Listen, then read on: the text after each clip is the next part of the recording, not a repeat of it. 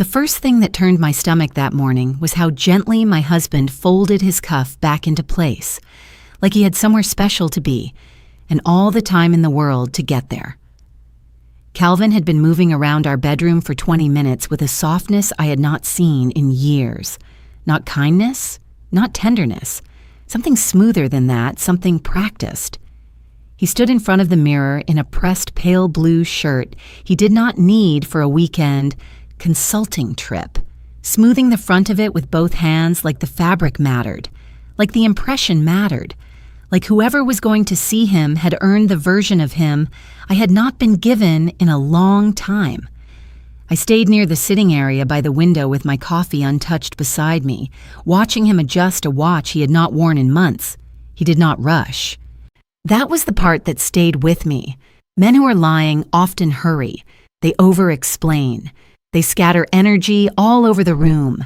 Calvin did none of that. He looked calm, light even. He asked whether I wanted anything from Houston in the same tone a man might use if he were asking whether his wife needed milk from the store. No, I said. He nodded once, easy as prayer, then reached for the leather weekender I bought him 6 Christmases ago. I noticed he had packed the dark cologne he used to save for anniversaries and client dinners back when he still wanted the world to believe he was climbing towards something. He'd shaved more carefully than usual, too. No mist patch along the jaw, no lazy streak of foam left behind his ear. That detail hit me harder than it should have. Our marriage had not ended in fire, and that would have been easier to name. It had thinned over time into routines, into polite exchanges, into two people who knew exactly where the other person kept the aspirin, but no longer reached for each other without purpose. I had learned how to live inside that kind of quiet. What unsettled me that Easter weekend was not distance. It was effort, sudden effort, directed somewhere else. He glanced at me from the doorway. "I'll be back Sunday night if these meetings don't drag." "Travel safe," I said. He smiled, but it never reached his eyes. Then he left with the kind of ease that belongs to a man stepping towards something he wants. I did not move when the front door closed. I listened. The muted alarm chirped. A car door opened, then shut. The engine pulled away from the circular drive, smooth and confident. And I sat there and counted in my head the way women do when they already know their lives are about to divide into before and after. 1 minute, 2, 3. Then I picked up my phone and called Houston. Victor Salazar answered on the second ring, his voice low and professional. "Good morning." "Keep the suite exactly as booked," I said. "No changes. When he checks in, follow the note." A brief pause. Not confusion. Recognition. "Yes, ma'am," he said. "Understood." I ended the call and stared at my reflection in the black screen for a moment before setting the phone down. My name is Monica Harris, and if you're watching this with your own spirit already picking up on something before the facts arrive, tell me what time it is where you are. Some hours carry warnings better than others. I stood and crossed the room slowly, not because I was unsure, but because I wanted my own body to understand what my mind had accepted weeks ago. The house was quiet in that expensive way. Silence becomes when it has watched too much and said nothing. I moved to the built-in cabinet near my desk, slid open the lower drawer, and reached past a stack of contracts, a velvet pouch, and an old leather folder I had not touched in months. My fingers closed around a small black box stamped with a company seal. I held it in both hands for a second longer than necessary. By Easter morning, he was finally going to meet the woman he had been stealing from.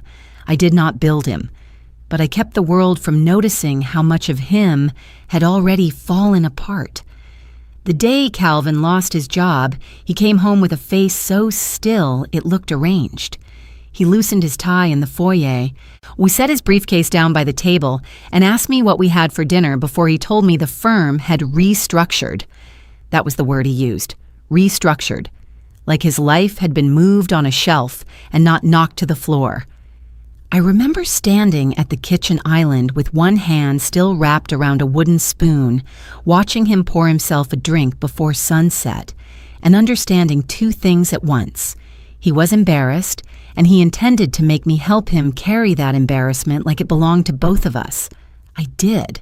Not loudly, not dramatically. I simply started adjusting.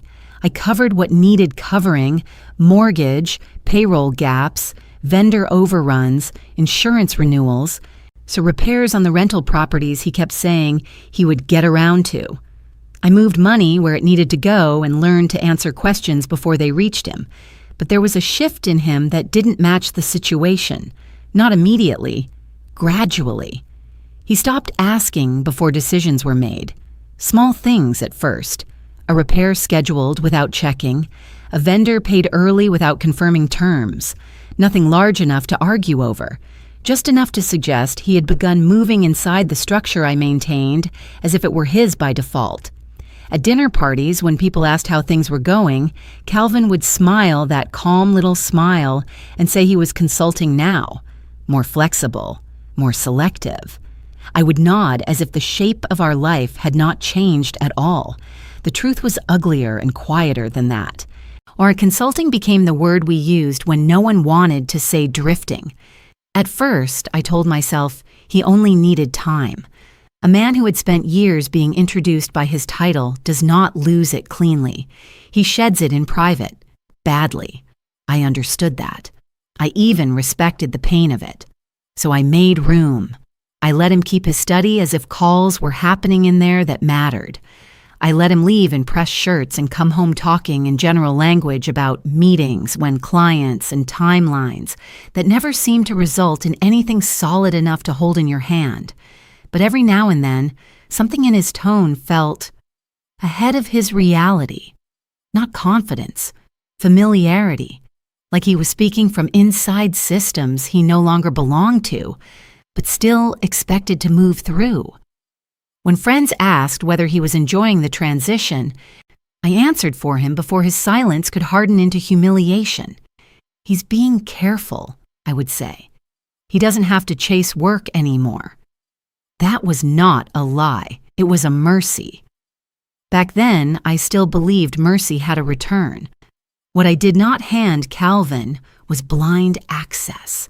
That part matters. By the time his career cracked, my business life had already learned how to protect itself. Projects were separated. Properties sat under LLCs. Ownership ran through a holding company my attorneys and accountants kept clean for risk insulation, tax discipline, and marital protection. But structure only works if people respect it.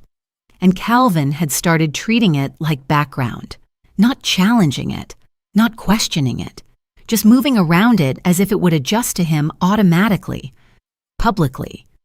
I remained what most people could easily understand, a high-end interior designer with national contracts and polished clients. It kept conversation simple. It kept attention where I wanted it. Calvin never pushed too hard against that arrangement, and at the time, I mistook that for trust. Now I know better. It was convenience. He was comfortable benefiting from what he did not fully see and slowly becoming less careful about how he moved through it. There were moments I should have named sooner. Repairs he said he handled that never quite matched the invoices. Property updates described too smoothly, as if rehearsed. Expenses explained before I asked about them. And once, just once, he answered a question I hadn't finished asking yet. That stayed with me. Nothing wild, nothing dramatic. Just little clean surfaces where real life should have shown fingerprints. I remember one afternoon at my desk, months before Easter, staring at a line item that should have passed quietly beneath my eyes. It didn't. The first number that didn't make sense wasn't large enough to scare me, just clean enough to insult me. It wasn't lipstick. It wasn't perfume. It was accounting. I was in my Atlanta office when the number stopped me. Not because it was large. I have signed off on figures bigger than that before finishing my coffee. What caught my attention was how ordinary it was trying to look. It sat there in a vendor summary with the quiet confidence of something that expected not to be examined too closely. A consulting reimbursement, rounded neatly. Approved through one of the business channels Calvin occasionally referenced when he wanted to sound useful. Clean enough to pass, clean enough to offend me. I clicked into it. Then I clicked again. The vendor name meant nothing to me, but the pattern did. Charges spaced just far enough apart to avoid feeling repetitive. Travel-adjacent expenses tucked beneath broad descriptions. Client development, hospitality review, market relationship maintenance. The wording was polished in that lazy male way that assumes confidence can replace detail. I leaned back in my chair and stared at the screen until irritation settled into focus. Then I called downstairs and asked my internal accountant to come up. He arrived with his tablet and that careful expression competent people wear when they know you have already seen something worth their time, but are still hoping it resolves into something simple. I turned the monitor slightly toward him and tapped the line item once. "Walk me through this vendor." He didn't answer immediately. He adjusted his glasses, scrolled, cross-checked payment history, then paused just long enough for me to notice he hadn't found what he expected to find. "It appears to be tied to consulting activity routed through Mr. Harris," he said finally. Appears. That word did not calm me. Appears how? He shifted slightly, tapping through 2 more layers. It's coded under a consulting reimbursement channel, but the vendor itself doesn't show a clear service history attached to deliverables. There it was. And not wrong. Not right either. Since when? He gave me a date, then another. Then a cluster of months that started looking less like occasional reimbursement and more like a pattern trying not to look like one. Nothing dramatic on its face, just enough expense activity to become believable if nobody compared it against a real result. "Have these been reviewed before?" I asked. "Yes," he said. Then, after a brief pause, "But not like this." That pause mattered more than the answer. "Pull the full trail," I said, "and don't flag it wider yet." His eyes lifted then, not alarmed, just recalibrating. He understood from my tone that this was no longer bookkeeping. "Understood," he said. He left without asking the wrong question. I placed a call to Imani Carter 10 minutes later. My lawyer had a voice built for bad news and expensive patience. When I told her I wanted a quiet review of a vendor channel tied to Calvin, she did not overreact. That is one of the reasons I keep serious women around me. "Send everything you have," she said, "not assumptions, documentation." By that evening, we had enough to see the outline, not the full picture, but enough to know it was not accidental. Calvin had created a consulting LLC that looked respectable from a distance and incomplete up close. Not empty. He had been careful about that. There were filings, a registration, minimal activity, just enough to exist without inviting scrutiny, but not enough to justify the flow moving through it. He had used it as a pass-through for expenses he could not have explained honestly inside our home. Hotel charges, dining, ride services, retail, family suite add-ons, all threaded through business pathways under language broad enough to avoid immediate friction. Client development. That phrase showed up more than once, too many times. I stared at the export sheet spread across my desk and felt something colder than hurt begin to take shape. This was not reckless spending. Reckless men leave messes. Calvin had arranged patterns and tested them. The earlier charges were smaller, less frequent. Later ones cleaner, better spaced. Routed through slightly different pathways as if he had learned what passed and adjusted accordingly. He hadn't just used the system, he had studied it. Houston kept appearing. Not every week. He was too careful for that, but often enough. Christmas season, New Year's weekend, spring break, and a birthday cluster in late summer. Another set of charges around Thanksgiving. It was not just money, it was a calendar. He had been using my structures to fund recurring pieces of a life I had never been invited to see. Imani called back just before 7. "You were right not to confront him," she said, "but don't move too quickly either. If this is what it looks like, we need full sequencing." That adjustment mattered, not just patience, order. "Understood," I said. I looked again at one charge attached to a guest profile expansion fee, then to a booking notation, then to an image pull my accountant had managed to retrieve from archived hospitality records tied to one of the Houston stays. Even that hadn't been immediate. The system hadn't returned the image on the first request, or the second.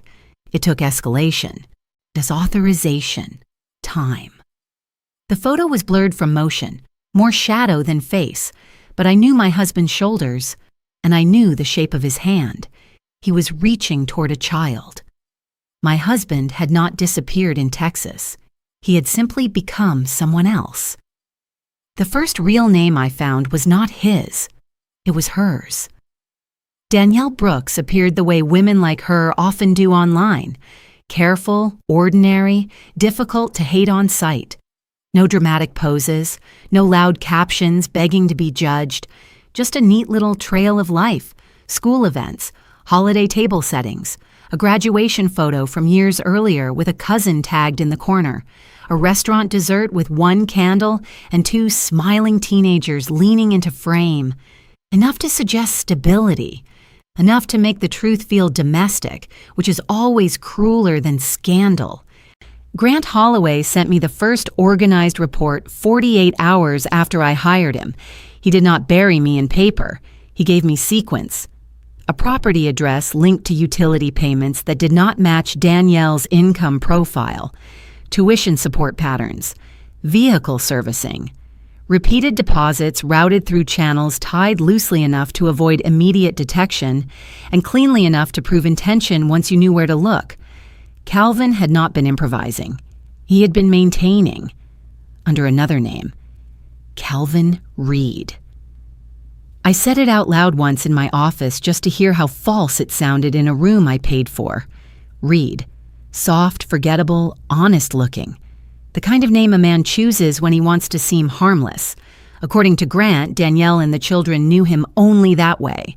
Calvin Reed, widower, finance background, private consultant, a man rebuilding after grief, a man careful with details because some losses teach you to live quietly. I had to put the report down after that, not because I was shocked he lied. Men like Calvin survive on selective truth the same way weak houses survive on fresh paint. What hit me was the shape of the lie. Widower. He had not simply removed me. He had buried me in his version of events, made me dead in a city where I was still paying taxes, signing contracts, and sleeping beside the man performing my absence somewhere else. Grant found the social traces because people who lie for years still need little places to breathe. A tagged birthday dinner here, a youth soccer photo there, a comment under an Easter centerpiece. Danielle was cautious, but the teenagers were not trained in adult deception yet. Adam posted in bursts. Alyssa was more curated, more careful, but even careful girls leave edges.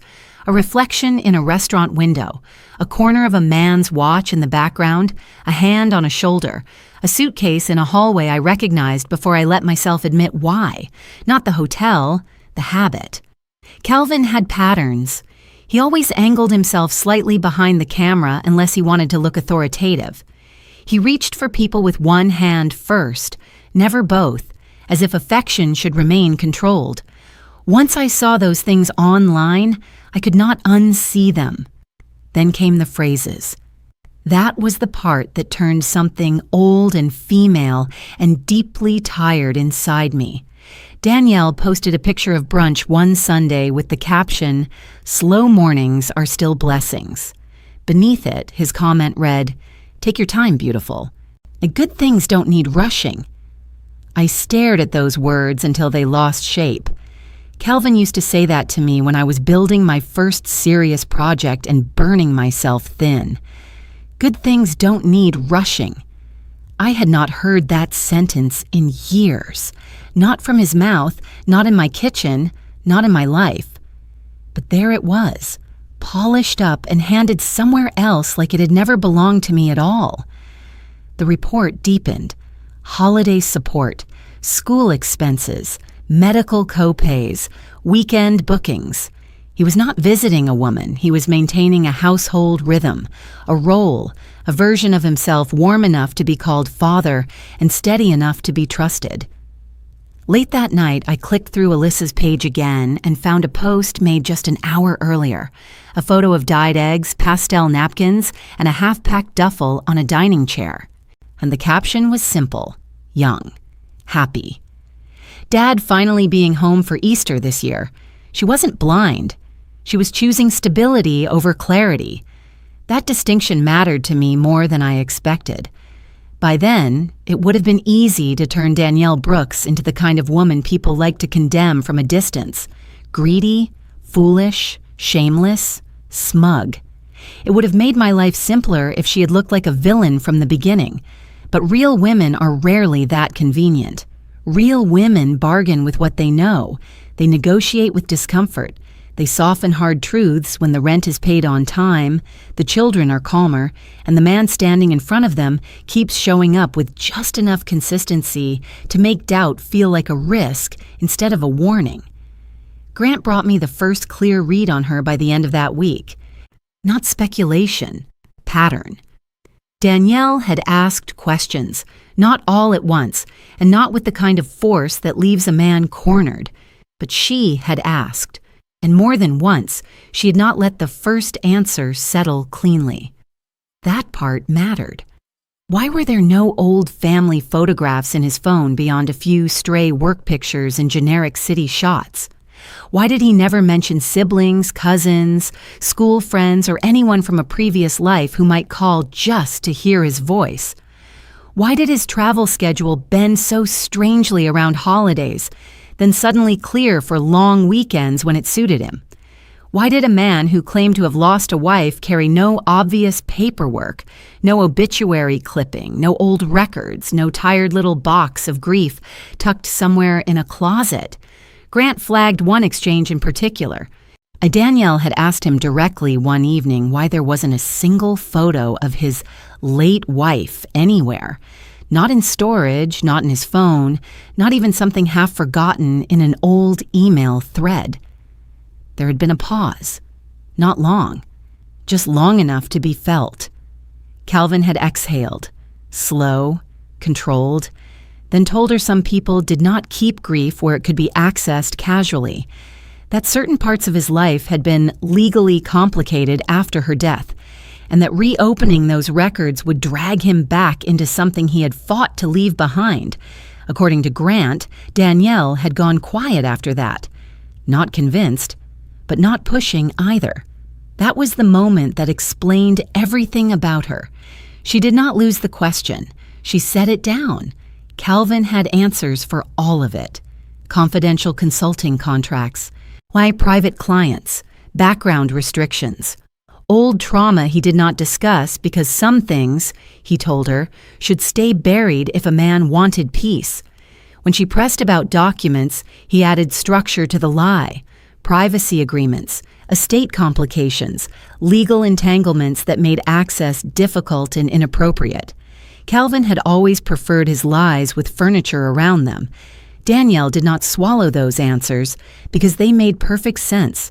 She accepted them because they made enough sense to live beside without forcing a confrontation she was not ready to win. That was the part women understand and hate in each other. Not because it is admirable, because it is familiar. Grant's report showed the progression clearly. Her life had improved after Calvin entered it. Not all at once in some flashy leap, slowly. The groceries got easier. The children's needs stopped arriving like little emergencies. Weekend plans became possible. School fees did not leave bruises on the month. But there was another detail Grant noted that mattered more than the money: the timing. Every time Danielle's questions sharpened, something in her life softened shortly after.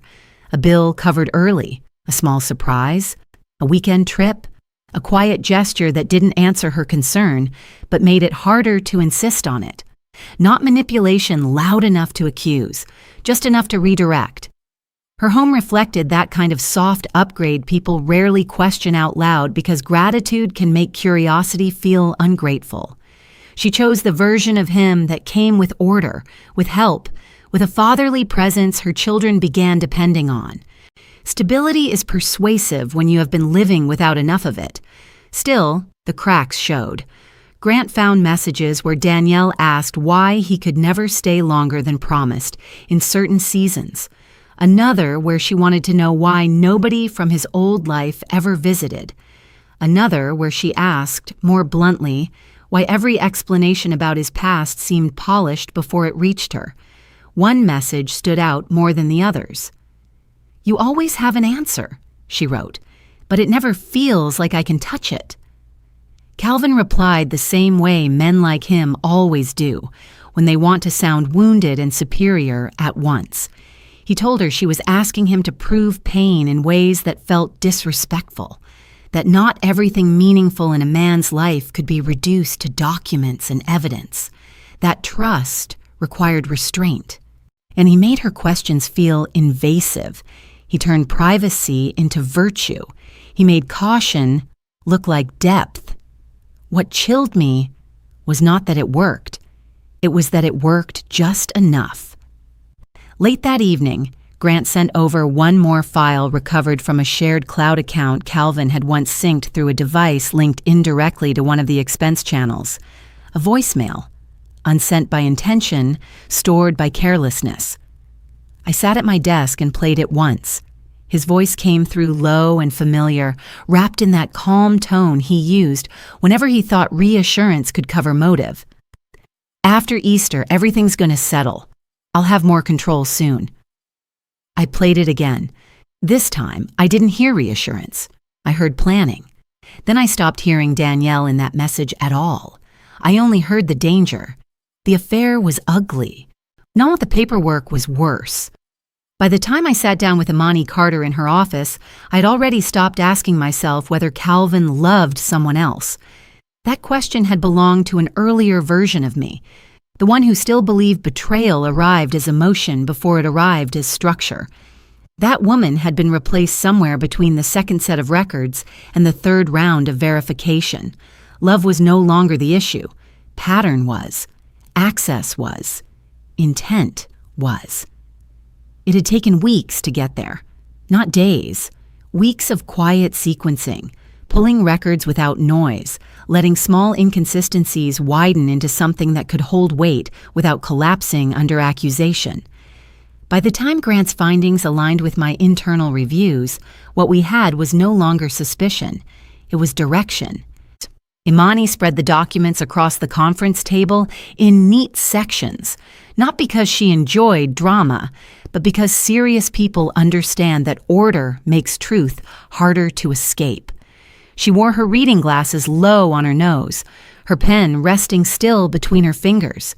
She never clicked it, never pointed with it, never performed certainty. She didn't need to. That steadiness helped. I needed steadiness more than comfort. Grant had done his part. My internal accountant had done his. Imani had layered legal context over both. What sat in front of me now wasn't evidence in pieces. It was a system. And the system was telling the truth in a language Calvin could not charm his way around.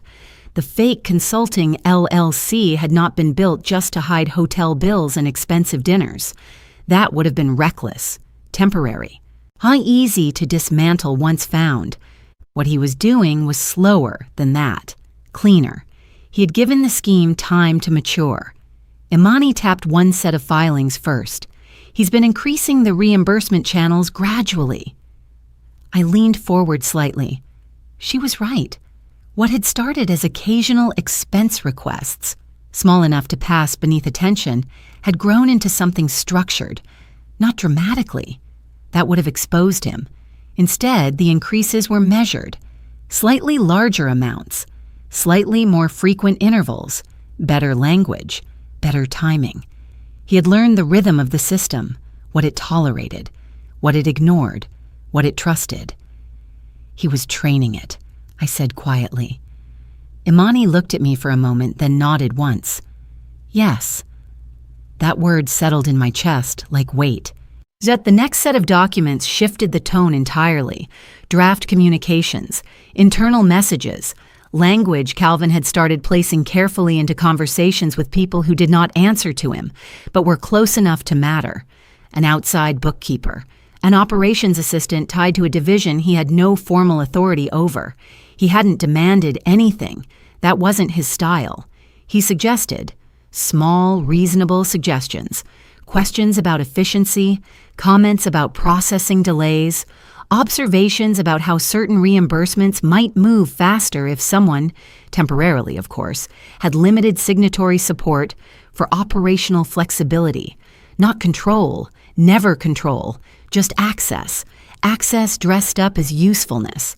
That was how men like Calvin reached for women's work, not with visible greed, not with force, and with language that made resistance feel unnecessary. I felt something shift in my hands then. Not anger, recognition, because I had heard that tone before. Across my kitchen island, at dinner tables, in passing comments I had once dismissed as adjustment. I kept my hands folded anyway, pressing my rings into my skin until the sensation grounded me back into the room. Then came the property records. Not in his real name. Of course not. He wasn't careless. The structure ran through an alias network tied to the life he had built in Texas. A property just outside Houston. Not extravagant. That would have been suspicious. But it was improving. Steadily. Utilities paid on time, repairs scheduled in sequence, furnishings added in layers. Money entering in controlled flows that looked like maintenance, until you stepped back far enough to see intention. It wasn't temporary, it was becoming permanent. He had not been playing family in Texas. He had been financing continuity. I sat there, still, feeling the shape of it settle. On the table in front of me was not just betrayal, it was design. A future he had been building quietly with my money.